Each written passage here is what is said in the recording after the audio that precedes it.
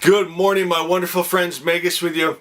And I want to start this message with telling you a story. As far as I know, I'm the only person to ever manifest money out of thin air. Do I have your attention?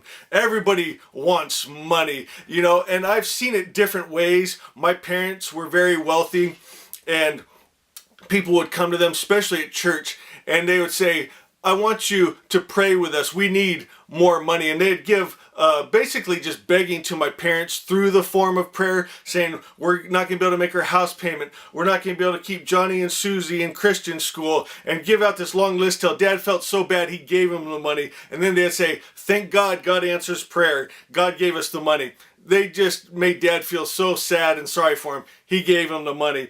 And but I've never seen what I saw, where a $20 bill actually manifested on my leg at the beach, and I felt the pressure of it form on my leg. Never heard of anyone else doing that. Now, as I'm saying that, do not get too impressed by me. I'll tell you the story behind it. The way I would like to picture it in my mind is, I decreed and declared that $20 shall appear out of thin air, and the clouds started to roll in, and thunder and lightning struck, and I said, be, and it was. And it wasn't quite like that. I had been to church earlier that day, and I put the last bit of money out of my pocket in the plate, and then we got to the beach. I had just enough quarters in the door of my car to get us some parking for, I can't remember exactly how long, but not very long. And we were having a good day. And at that time in my life, in the marriage I was in, we needed that good day. And I knew the time was running out and we're going to have to leave. And I said, God, I put all the money in the plate and we're having a good day. I need this. I wish I had more money. And he made money show up on my leg. Praise God. God is just good. And that's all that was. And the reason I bring this up is because I feel so blessed, and I want to share that with you. I've been on this earth almost half a century, and so I've learned some wisdom and knowledge of what works and what doesn't work. And last night I had the most beautiful, peaceful sleep. I mean, just hearing from spirit and creating in my dreams like I do in the awake state. And I had my alpha music on, and I had my crystals around me, and just getting that good energy and good vibes.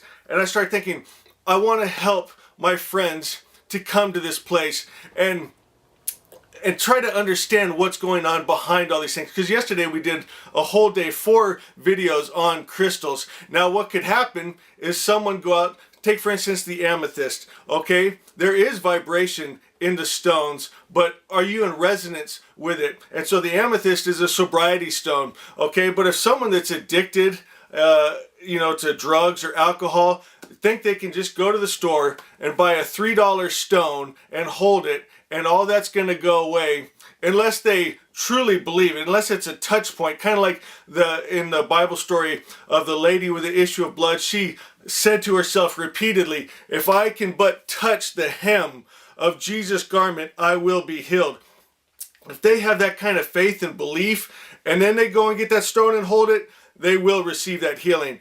But it comes to that faith in God. And so if someone goes, they're going to be disappointed is what I'm saying. And I'm seeing so much different things in spiritual teachings. Like now they're telling you to go out and stare at the sun.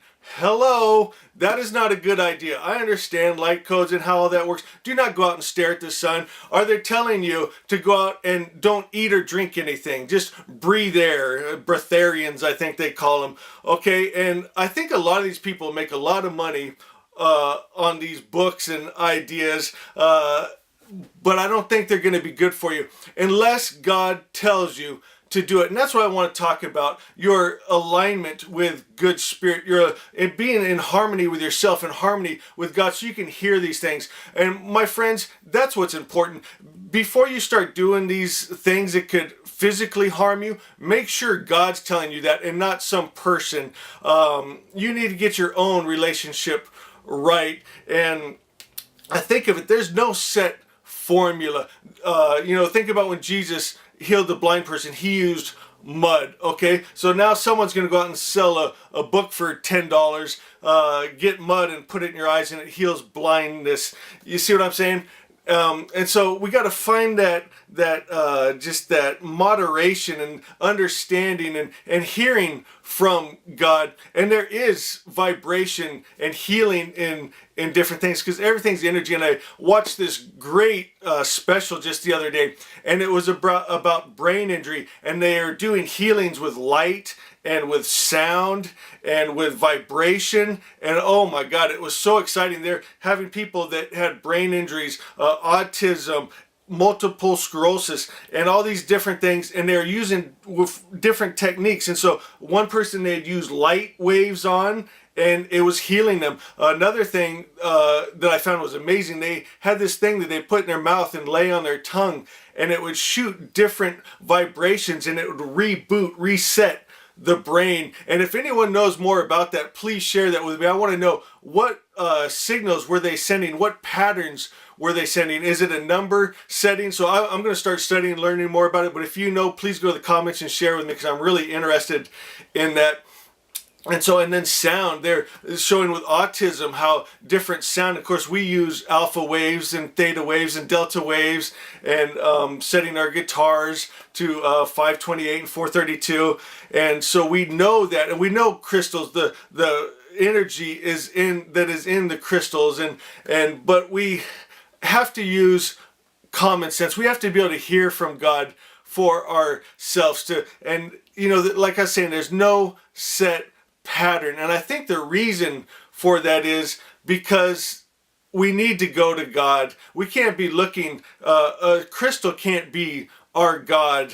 A hem of a garment cannot be our God. Paul used to use healing cloths. Healing cloth cannot be our God. We have to go to the source, to God. Now, God has put things around us, such as vibrations of music and lights and colors and vibrations and different things that we resonate with for health. And that's why we go out into nature, to come back into that resonance. And so, but I don't want my friends getting discouraged. I don't want you getting ripped off. You see it in the churches. You see it in the spiritual community. People ripping people off, and they're not helping them. They're telling them, go buy this rock and you're going to get healed. Go stare at the sun. Don't drink water or eat food. And they're actually getting worse. My friends, you need to hear from God. When you can start making money show up out of thin air, when you can pass through walls, when you can travel through time, space, when you're hearing from God, He's telling you the future, what's going to happen the next day, and it happens, and He tells you what to say and how to help this person. I've shared with you many of my stories.